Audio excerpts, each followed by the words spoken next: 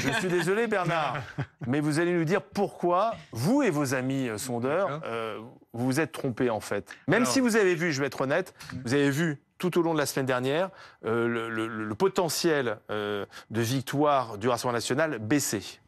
D'abord, rappelons deux choses. Les sondages, vous l'avez dit vous-même, ne se sont pas trompés ni aux européennes ni au premier tour des législatives. Vous avez même été le plus précis, vous, pour le premier tour. Les estimations d'hier soir 20h étaient très fiables, puisque dès 20h, nous avons annoncé cette surprise totale. Mais effectivement, vous avez raison. Moi, je ne vais pas faire comme parfois le font les responsables politiques, pas tous, pas ceux qui sont là, de dire mais c'est pas vrai, on n'a pas gagné, pas perdu, etc. Hier, les sondeurs n'ont pas super performé hier, mais seulement il y a une explication. C'est qu'il s'est passé un événement exceptionnel dans la semaine, exceptionnel par sa portée, par son ampleur, qui c'est vrai a dépassé les prévisions, c'est le Front républicain.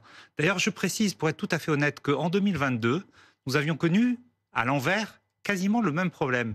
Puisque en 2022, nous ne prévoyons que 30 à 40 députés RN, jusqu'à 50 pour ELAB dans le dernier sondage de vendredi.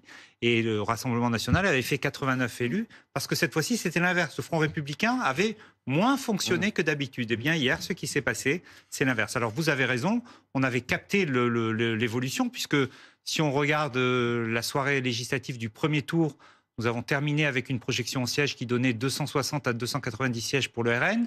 Cette estimation, cette projection a baissé entre 200 et 230 sièges, vous l'avez rappelé Olivier vendredi.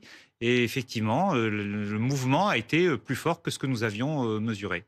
Le Front républicain, d'autant plus qu'on connaissait le Front républicain lorsqu'on demande à des électeurs de gauche de voter à droite, notamment en 2002, c'est le cas le plus typique, pour faire barrage au RN ou au FN à l'époque.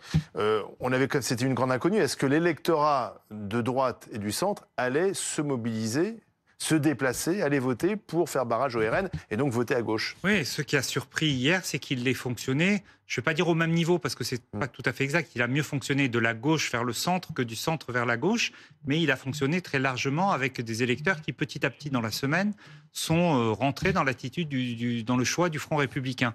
Et c'est vrai que ça a considérablement affaibli le Rassemblement national. D'ailleurs, si on est très précis, quand on regarde ce qui s'est passé par rapport à notre dernier sondage, ce n'est pas sur le niveau de la gauche qu'il y a l'erreur. Le niveau de la gauche est à peu près mesuré. C'est sur le niveau du Rassemblement national.